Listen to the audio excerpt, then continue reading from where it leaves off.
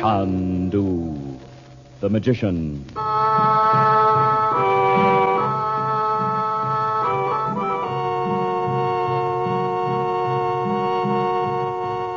Good evening, ladies and gentlemen. We present for your enjoyment Chandu the Magician.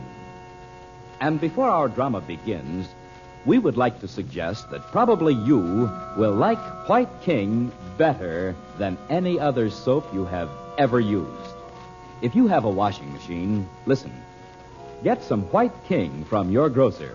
Put some in your washer. Not so much, mind you, as the soap you've been using.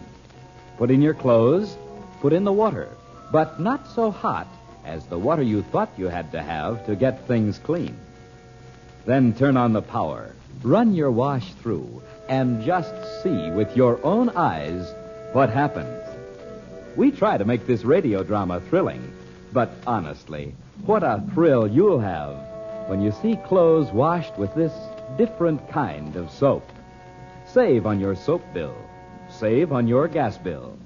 Save on your clothes bill. You'll say, I love White King granulated soap.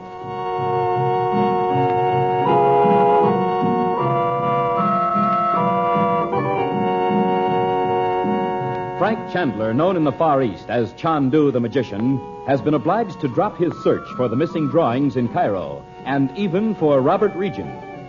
The precious emerald entrusted to Chandler by his teacher, the yogi, has been stolen by an Arab who has vanished into the Egyptian desert. As the present act opens, Chandler and the Regents, mounted on camels, have been traveling over the desert all day, following the route to the outlaw village. It is almost sunset. Chandu the Magician.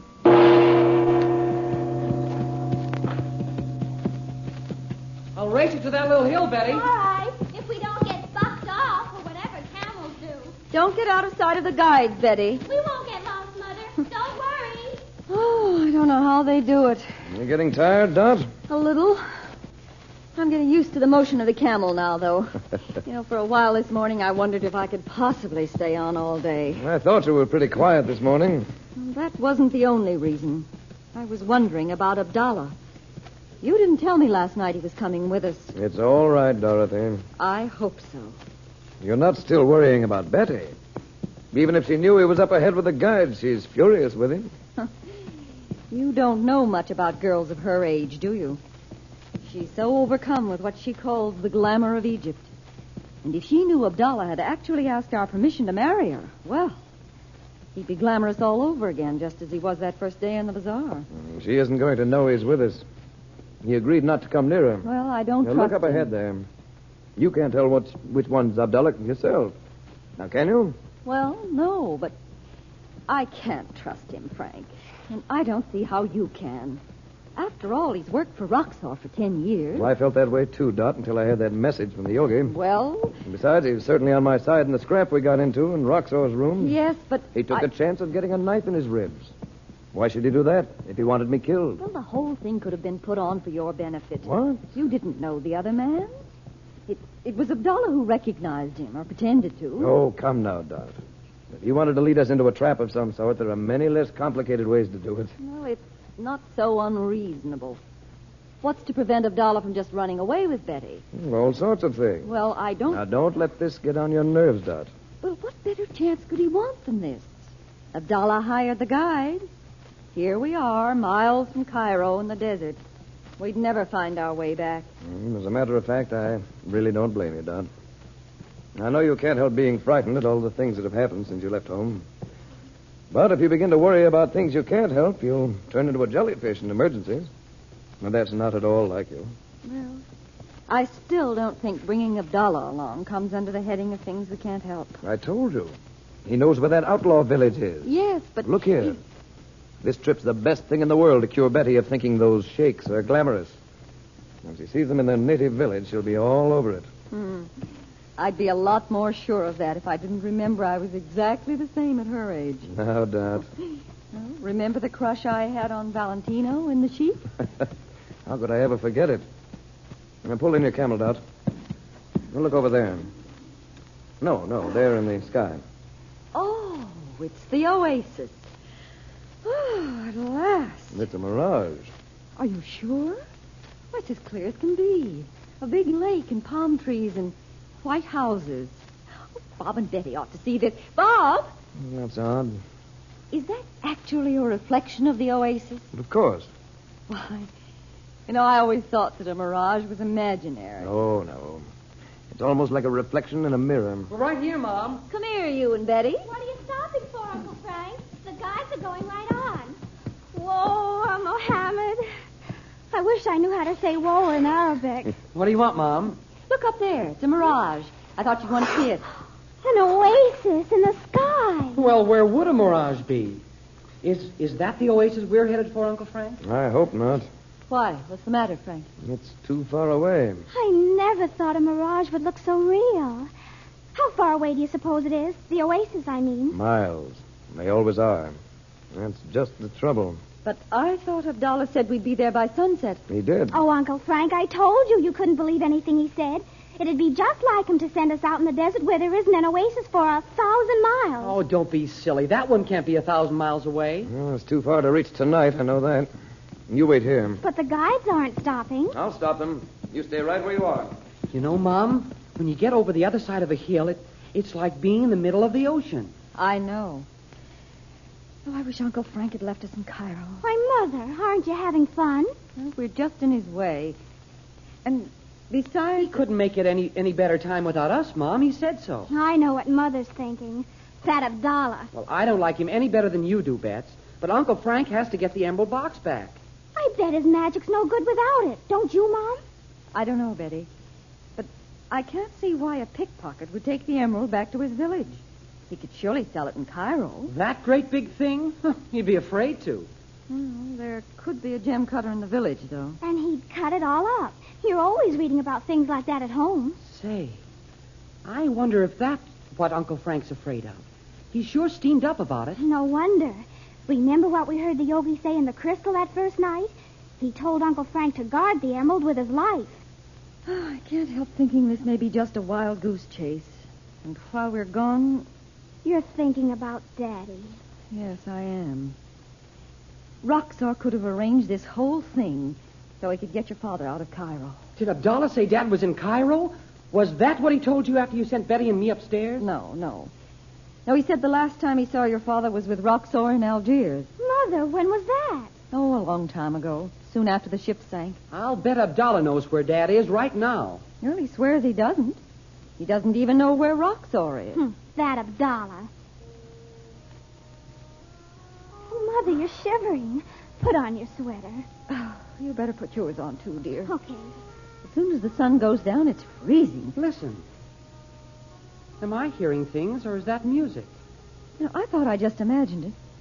Well, where could Uncle Frank have gone? Oh, I see him right over there, coming up over the dune. Come on, all of you. The guides are putting up the tents. Are we just going to sleep out in the sand? No, there's a small oasis just over the dune. Is everything all right, Frank? So far, yes.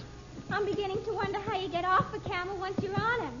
I hope he knows I'm just a tourist and not used to camels. One of the guides will help you down, Betty. I'm just going to jump off. A lot of good you'll be, way out here with a broken leg. From jumping off a camel into the sand? You must think my bones are full of jello. Frank, where's that music coming from? You'll see when we get to the top of the hill.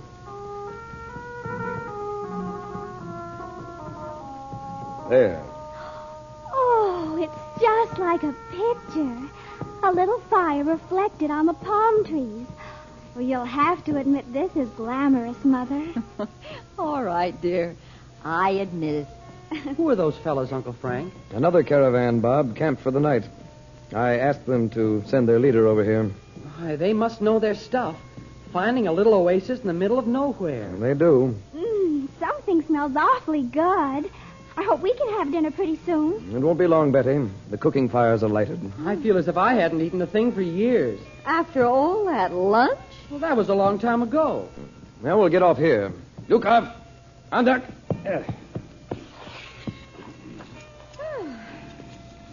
Hey, is that the way you get off, Uncle Frank? Nothing to it. Let me help you, Dot. Wait until the camel kneels. All right. There you are. Just slide off now. There, you all right? Oh, yes, fine. Well, that's it, Bob. Well, now, Betty, I'll help you down. Okay. Oh!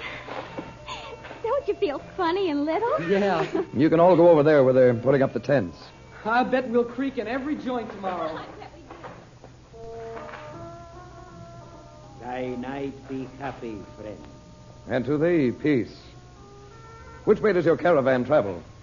To Cairo. Is there a message I may bear? No, it's not that. Have you seen a man alone on the route today? Iowa, Ya Sidi. At the rising of the sun were two men on racing camels. One big and strong, like a man who tries his skill in fighting in the bazaars. Black of hair and Which beard. way were they going? Are they then thy friends? No, they're thieves. I followed them to bring back what they stole from me. Aye. Which way did they go? Into the desert. If thou would see thy goods again, follow them fast. I intend to. Peace be upon thee, friend. And upon thee, peace. Bob, you see that the men put your mother's place in the tent? Precious time will he spend in the desert, seeking the great emerald. And in Cairo, I shall sell it for the price of many camels and many wives.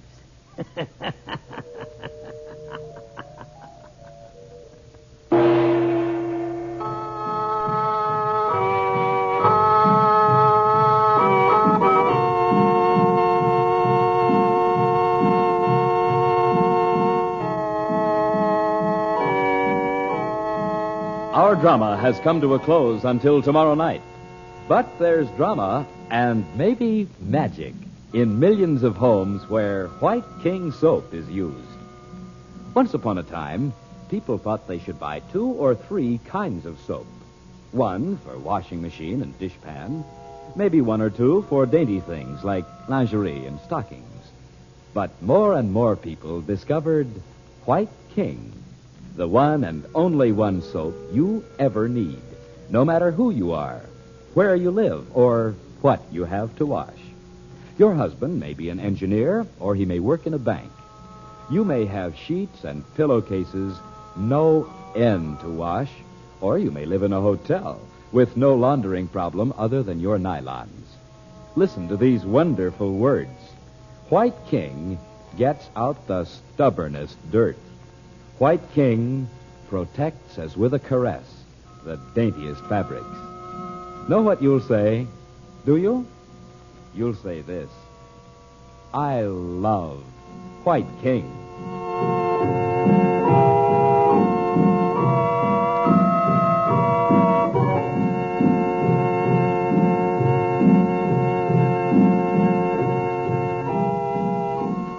Chandu the Magician is presented for your enjoyment every weekday evening. Special musical backgrounds are by Korla Pandit.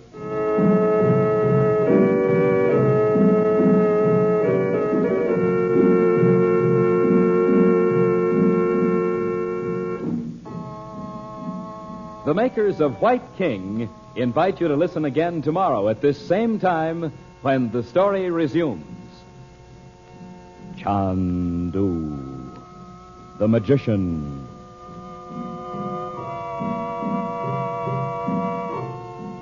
This is the Mutual Don Lee Broadcasting System.